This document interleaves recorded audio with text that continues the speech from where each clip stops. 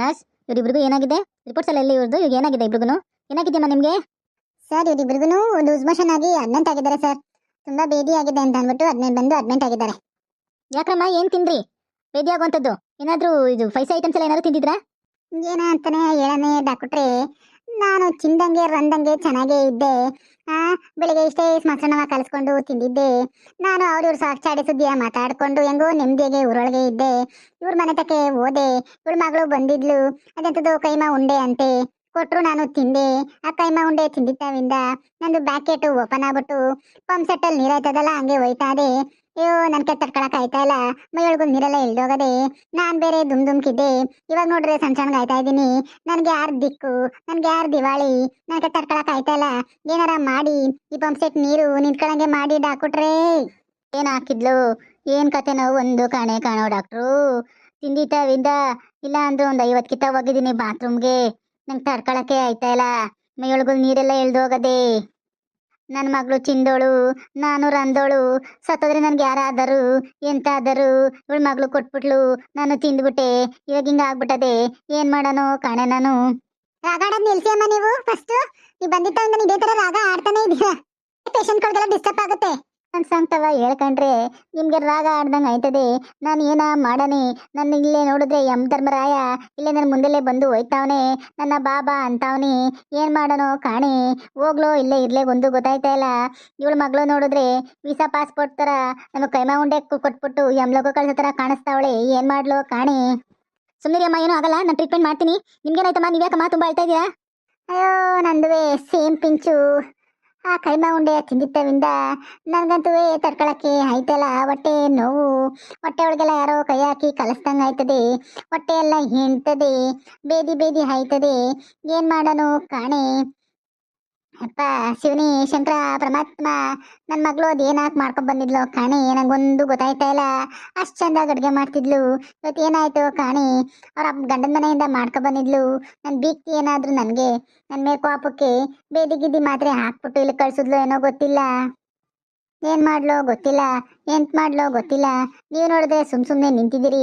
ಆವಾಗಿಂದ ಆ ರಿಪೋರ್ಟು ಈ ರಿಪೋರ್ಟು ಅಂತ ಕಾಯ್ತಾ ಇದ್ದೀರಿ. ನಮ್ಗೇನು ಟ್ರೀಟ್ಮೆಂಟೇ ಮಾಡ್ತಾ ಇಲ್ಲ. ಮಾತ್ರೆನ ಕೊಡ್ತಾ ಇಲ್ಲ. ಇಂಜೆಕ್ಷನ್ ಚುಚ್ತಾ ಇಲ್ಲ. ಹಂಗೆ ಸುಮ್ಮನೆ ಆ ಥರ ಇಂಜೆಕ್ಷನ್ ಇದೆಲ್ಲ ಮಾಡೋಕ್ಕಾಗಲ್ಲಮ್ಮ. ನೀವು ತುಂಬ ವೀಕ್ ಆಗ್ಬಿಟ್ಟಿದ್ದೀರಾ. ಬೇದಿ ನೀವು ಬಾಡಿದಿರೋ ನೀರೆಲ್ಲ ಹೋಗಿ ತುಂಬ ವೀಕ್ ಆಗ್ಬಿಟ್ಟಿದ್ದೀರಾ. ಈಗ ನೀರೆಲ್ಲ ಖಾಲಿ ಆಗ್ಬಿಟ್ಟಿದೆ. ನೆಕ್ಸ್ಟ್ ಏನಾದ್ರು ನಿಮ್ಗೆ ಬೇದಿ ಆದ್ರೆ ರಕ್ತ ಮಾತ್ರ ಬರುತ್ತೆ. ಅಯ್ಯೋ ಡಾಕ್ಟ್ರಪ್ಪ, ಸೇಬು ಕಿತ್ಲೇನು ದ್ರಾಕ್ಷಿ ಗೋಡಂಬಿ ಆವನ್ನು ಈವನ್ನು ಅಂತ ಪೆಟ್ಕೆಲ್ ಮಾಡಿಕೊಂಡು ಔಸ್ಕೊಂಡು ತಿಂತಿದ್ದೆ ರಕ್ತ ಕೊಡ ಕಳ್ಳಿ ಅಂತ. ಇವಾಗ ನೋಡಿದ್ರೆ ಇರಬರ ರಕ್ತನಲ್ಲಿ ನೀನೇ ಕರ್ಕೊಳಂಗಿದ್ಯಲ್ಲಪ್ಪ. ಅದೇ ಹಾಸ್ಕೊಂಡು ತಿಂದಿದ್ರಲ್ಲ, ಅದಕ್ಕೆಲ್ಲ ಬ್ಲಡ್ ಇವಾಗ ಹೋಗ್ತಾ ಇದೆ ನಿಮ್ದು. ಎಲ್ಲರೂ ಕೊಟ್ಟು ತಿಂದಿದ್ರೆ ಎಲ್ಲ ರೀತಿ ಶೇರ್ ಆಗ್ತಿತ್ತು. ಡಾಕ್ಟ್ರೇ ಫಸ್ಟು ನಂದು ಬೇರೆ ನಿಂತ್ಕೊಳಂಗೆ ಏನಾದರೂ ಮಾಡಿ ಡಾಕ್ಟ್ರೇ.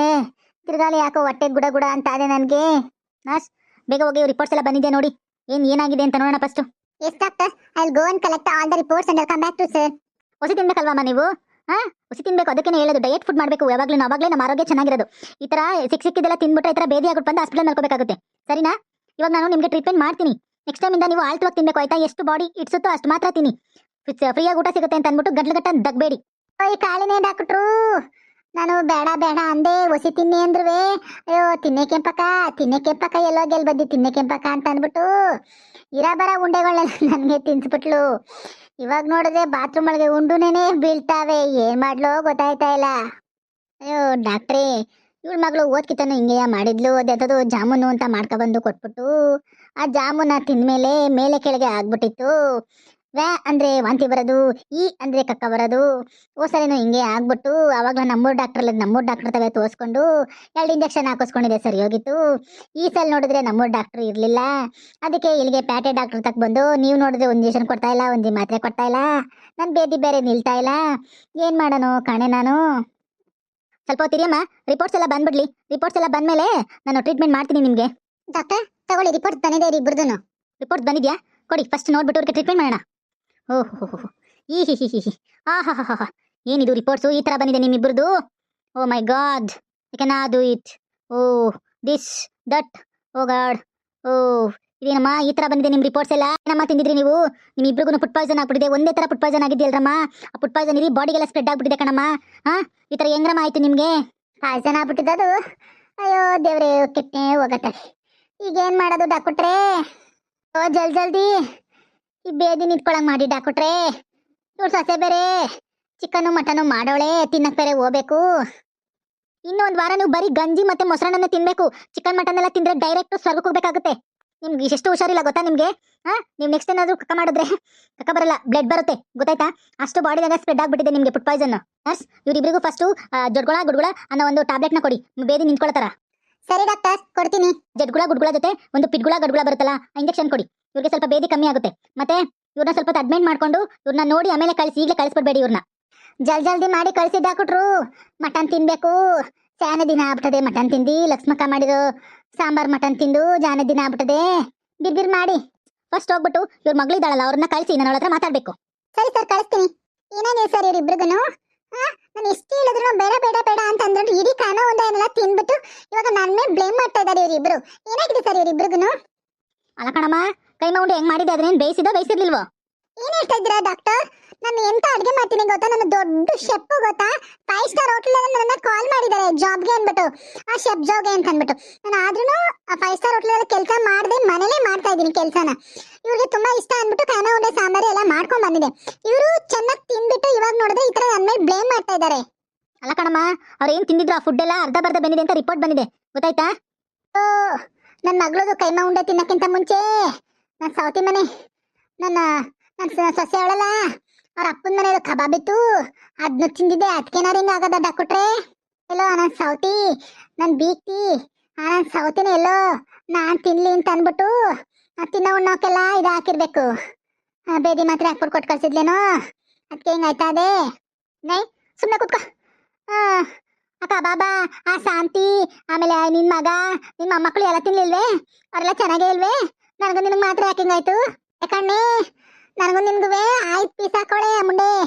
5 ಪೀಸ್ ಹಾಕಿ ಅದಕ್ಕೆ ಕವೆಲೋ ಆ ಪೀಸ್ ಮಾತ್ರಕ್ಕೆ ಬೇದಿ ಮಾತ್ರ ಮಿಕ್ಸ್ ಮಾಡವಳೆ, ಅದಕ್ಕೆ ಹಿಂಗಾಯ್ತಾ ಅದೇ. ಮುಸ್ಕೊಂಡ್ ಕುತ್ಕೋ. ಅಲ್ಲ, ಅವಳು ಇಲ್ದತ್ತ ಕೊತ್ತಿಂದವ್ರು ನಾನು ನೀನು. ಇವಾಗ ನೋಡಿದ್ರೆ ಅವಳು ಹಾಕಿದ್ಲಂತೆ. ಅವಳಿಗೆ ಎಷ್ಟು ಹೇಳಿದ್ರು ಅರ್ಥ ಆಗಲ್ಲ. ಎಲ್ಲೋ ಮುಂಡೆನೆ ಮಾಡಿರೋದು ನನಗೆ, ನನ್ನ ಮಗಳದಲ್ಲ, ಮುಂಡೆನೆ ಮಾಡಿರೋದು. ಮಮ್ಮಿ ಅವರೇ ಏನೋ ಮಾಡಿರೋದು ನಿಮ್ಗೆ. ನಾನ್ ಮಾಡಿರೋ ಅಡುಗೆಯಿಂದ ನಿಮ್ಗೆ ಈ ತರ ಆಗಕ್ಕೆ ಸಾಧ್ಯನೇ ಇಲ್ಲ. ನಾನು ಅಷ್ಟು ನೀಟ್ ಅಂಡ್ ಕ್ಲೀನ್, ಅಷ್ಟು ಸೇಫ್ ಆಗಿ ಕುಕ್ ಮಾಡ್ತೀನಿ. ಯಾರು ತಿನ್ನಿದ್ರಿಂದ ಏನಾಗಿದೆಯೋ ಗೊತ್ತಿಲ್ಲ. ನೀವು ಇನ್ನೂ ಒಂದು ವಾರ ಚಿಕನ್ ಮಟನ್ ಆ ಥರದ್ದೇನು ತಿನ್ನಬಾರ್ದು, ಮತ್ತೆ ಮಸಾಲೆ ಐಟಮ್ಸ್ ಎಲ್ಲ ತಿನ್ನಬಾರ್ದು. ಬರೀ ತಿಳಿಸಾರು, ಅನ್ನ, ಗಂಜಿ, ಉಪ್ಪು ಮೊಸರನ್ನ ಆ ಥರದ್ದು ಮಾತ್ರ ತಿನ್ಬೇಕು ಗೊತ್ತಾಯ್ತಾ? ನಿಮಗೆ ಮತ್ತೆ ಏನಾದರೂ ಬೇದಿ ಆದ್ರೆ ನಿಮ್ಮ ಜೀವಕ್ಕೆ ಅಪಾಯ ಇದೆ. ಏನು ಹೇಳ್ತಾ ಇದೆಯಾ ಡಾಕ್ಟ್ರು? ನಾನು ಲಕ್ಷ್ಮಕ್ಕ ಮಾಡಿರೋ ಬಾಡ್ನೆಸ್ರ ಉಣ್ಲೇಬೇಕು ಅಂತ ಕಾಯ್ಕೊಂಡು ಕೂತಿದ್ದೀನಿ. ನೀವು ನೋಡಿದ್ರೆ ಹಿಂಗೆ ಹೇಳ್ತಾ ಇದ್ದೀರಾ. ನೀವು ಇವಾಗ ಏನಾದರೂ ಹೋಗಿ ಮಟನ್ ಸಾರು ತಿಂದ್ರೆ ನಾಳೆ ನಿಮ್ಮ ತಿಥಿ ಸಾರು ಹಾಕ್ಬೇಕಾಗುತ್ತೆ. ಹುಷಾರಾಗಿರಿ. ನಾನು ಬರ್ತೀನಿ, ನರ್ಸ್ ಕೈಲಿ ಎಲ್ಲಾನು ಟ್ಯಾಬ್ಲೆಟ್ಸ್ ಎಲ್ಲ ಕೊಟ್ಟು ಕಳಿಸ್ತೀನಿ, ಟೈಮ್ ಟು ಟೈಮ್ ತಗೊಳ್ಳಿ. ಅಯ್ಯೋ ಕಾಳಮ್ಮ, ಮಮ್ಮಿ ನಿಮ್ಮಿಬ್ರು ನೋಡ್ರಿ ನನಗೆ ತುಂಬಾ ಬೇಜಾರಾಗುತ್ತೆ. ನೀವು ನಾನು ನನ್ನ ಕೈಮಾ ಉಂಡೆಗಿಂತ ಮುಂಚೆ ಅವ್ರು ಕಬಾಬ್ ಎಲ್ಲ ತಿಂದಿದ್ದೀರಲ್ಲ, ಅದಕ್ಕೆ ಈ ತರ ಆಗಿರೋದು. ನಾನ್ ಮಾಡಿರೋ ಕೈಮಾ ಉಂಡೆಯಿಂದ ನೀವಿಬ್ರಿಗೂ ಈ ತರ ಆಗಿಲ್ಲ. ನನ್ನನ್ನ ಪ್ಲೀಸ್ ಬ್ಲೇಮ್ ಮಾಡಬೇಡಿ ನೀವಿಬ್ರು, ಆಯ್ತಾ? ನೋಡಿ ಫ್ರೆಂಡ್ಸ್, ನಾನು ಎಷ್ಟು ಪ್ರೀತಿಯಿಂದ ಕೈಮಾ ಉಂಡೆ ಮಾಡ್ಕೊಂಡ್ಬಂದು ಕೊಟ್ರೆ ಇವರಿಬ್ರು ನನ್ನನ್ನೇ ಬ್ಲೇಮ್ ಮಾಡ್ಕೊಂಡು ಹಾಸ್ಪಿಟಲ್ ಬಂದು ಮಲಗಿದ್ದಾರೆ. ನೀವಾದ್ರೂ ಹೇಳಿ ಫ್ರೆಂಡ್ಸ್, ನಾನು ಆ ಥರ ಮಾಡೋಳ? ನಾನು ಎಷ್ಟು ಚಂದಾಗಿ ಅಡುಗೆ ಮಾಡ್ತೀನಿ ಅಲ್ವಾ? ಈ ಕಥೆನಾರು ನಿಮ್ಗೆ ಇಷ್ಟ ಆಗಿದ್ರೆ ಲೈಕ್ ಮಾಡಿ, ಶೇರ್ ಮಾಡಿ, ಕಾಮೆಂಟ್ ಮಾಡಿ, ಪ್ಲೀಸ್ ಸಬ್ಸ್ಕ್ರೈಬ್ ಮಾಡ್ಕೊಳ್ಳಿ. Thanks for watching.